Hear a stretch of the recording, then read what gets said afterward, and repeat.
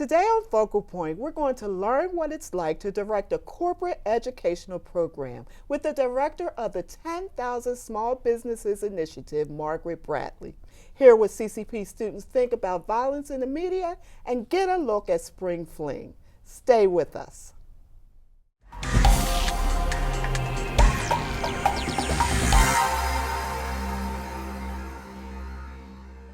Hi, welcome to Focal Point on CCP TV, the educational channel of Community College of Philadelphia. I am Darlene Monts, a student in the Communication Arts curriculum here at CCP. We have an exciting show for you today. I am here with Margaret Bradley, the director of the 10,000 Small Businesses Initiative. Welcome, Ms. Bradley. Thank you. Delighted to be here. Can you tell us a little about the program? This program is an investment from Goldman Sachs and the Goldman Sachs Foundation in the growth and development of 10,000 small businesses nationwide. Okay. They came to the college offering this as an opportunity for the greater Philadelphia region, and it's become really a delightful success here at the college and a very strong partnership with others throughout the region. It allows us to give businesses poised for growth this deep dive educational opportunity that helps them take their business to the next level. Will you explain a little more about how the program works?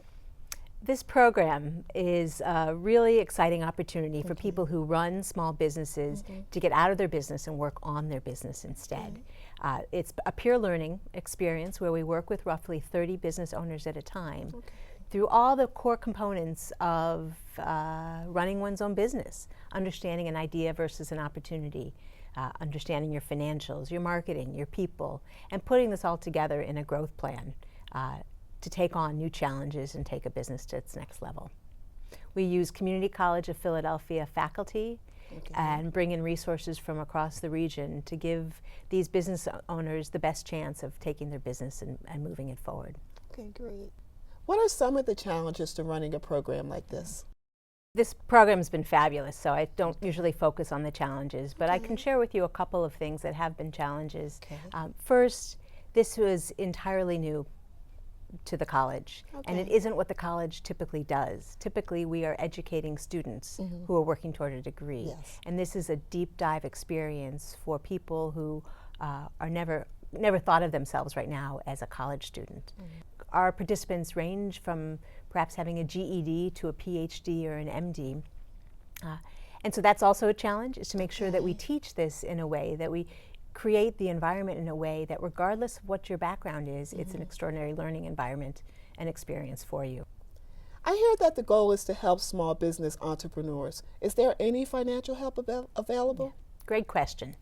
The program that Goldman Sachs creates in the Philadelphia region both the educational program that the community college runs, and they've made investments in capital partners, organizations like the Philadelphia Industrial Development Corporation and Community First Fund that do make loans to small businesses. Our processes are entirely separate. Those who apply for our program can apply for capital, but you really don't need to be in one to pursue the other. The other way financial help is available is that those who go through this experience are learning so much about what it takes to be bankable. Whether they go for this capital or find relationships with other banks, these businesses end up so much more bankable and ready to attract capital for their growth and development. What criteria must applicants meet before they're eligible for the program? Businesses have to be at least 2 years old.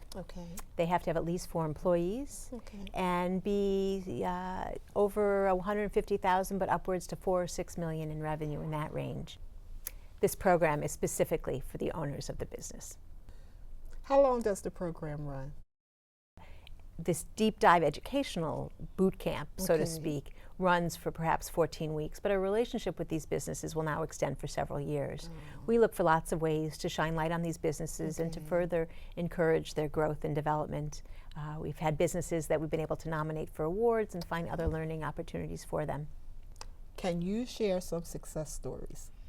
Word most commonly used by those who've been participants in the program has been transformational. It's a big word. So we're very proud of some of what people have gotten from this. We have a business that has grown eightfold in the year since we first met him. Okay. We have a business owner who used the financial metrics and forecasting model that we shared with them in class and was able to take a past effort to try and get capital that always failed and instead be able to access the $2 million in capital he needs to be able to make good on large contracts and grow his business. We've had 80% of our business owners do business with each other in some way. So a contractor who's working with an architect or a flooring company. And all of those synergies have been great successes for a program that's still just 1 year old here at the community college. Okay, good. How do people find out more about the program? I encourage people to take a look at the college's website. It's ccp.edu/10KSB. 10,000 small business. We have videos that tell the story of some of the participants and all the information about the dates and criteria in the application process. Okay. Thanks for being with us, Margaret. It was my pleasure. It was a lot of fun. Thank you. Yeah. We're looking forward to hearing about the successes of the current participants. Thank you. You're welcome. Thank you. Okay, now let's hear CCP students talk about violence in the media. I think violence is portrayed in a very unrealistic way on television, movies, and in other forms of media. Example, like some of the music videos they have out there, you would see the artists, they sing songs and then they influence violence, and then a lot of the young children, they listen to these things and then they'll think it's okay. I feel like violence isn't always given the proper respect that it deserves. It's just kind of the norm, and that's an issue in itself. We shouldn't promote it at all. What's being drilled into our children's heads is that violence is the new cool. I have boys, so I'm hoping that they don't look at TV and think that it's cool to do this, cool to do that, because it's on television. I think that the violence in the media isn't going to actually make the person get up and go kill somebody. However, based on how immersed they are in that aspect of fantasy, then yeah, it can potentially have harmful effects. Violence on TV and other forms of media has an impact on us, on our psyche. It desensitizes us to the realities of what actually occurs when you're in a situation that's violent. I think it encourages children to do what's on the video games. They think it's cool and it's not, and it turns into the little boy who just killed his little sister or his big sister because they wanted to play with guns because they think it's okay. Every video game, every music video, every rapper, they all make this as if it's a big, decent thing, and it's not. There should actually be some parental controls on the games, and some should not be sold. When you see something so often, you become numb to it. And so you don't have the response of compassion, empathy, or even to do something anymore. When it comes to video games and movies, they kind of downplay death so that, you don't take death as serious. It's kind of like, brushed off as something small. We're training our kids through this violence on television that this is what their role models are. I think parents aren't doing their job when it comes to monitoring what the children are watching or monitoring the games that they're playing. People have to find it within themselves to think about what they're seeing, because it's really all about perception, and you have control over what you want to do. You can't blame everything on the media. A child's parents are supposed to be there to teach them right and wrong.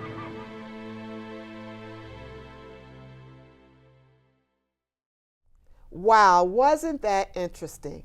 It's spring now, so it must be time for Spring Fling here at the college. Watch. The Spring Fling is basically a celebration for the springtime, just to celebrate the end of the school year. With finals coming up, we wanted to do something to have a little fun.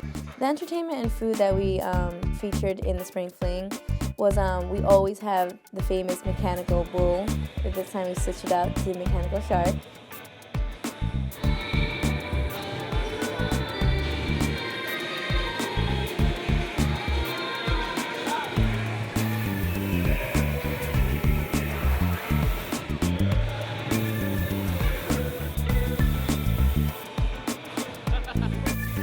We did the photo booth and we did the hoops. For student programming board, we gave out free popcorn. Student government gave out water ice. And us, as student programming board, are the whole thing for Spring Fling, we gave out hot dogs and hamburgers. We have a DJ. This year we have DJ K Rock. And we also have student performers here from CCP who will also be performing at Spring Fling.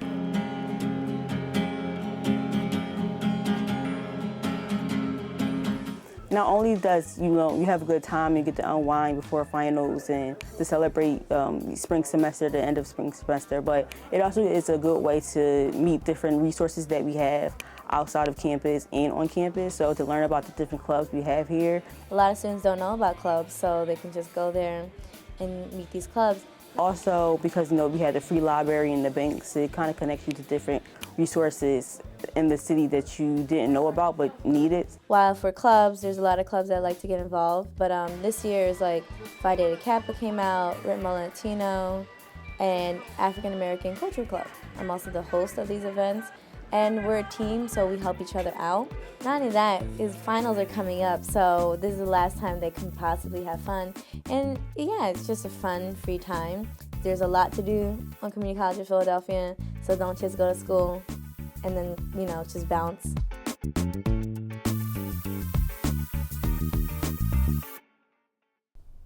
Amazing. That's just one of the many interesting events going on at the college this semester. Well, that's it for today. I want to thank my guest, Margaret Bradley, and I want to thank you for tuning in. You have been watching Focal Point, the Community College of Philadelphia magazine show on CCP TV, the educational channel of Community College of Philadelphia. All segments for Focal Point are produced by the students in the digital video production curriculum. I'm Darlene Monts, a student in Communication Arts curriculum here at CCP. See you next time.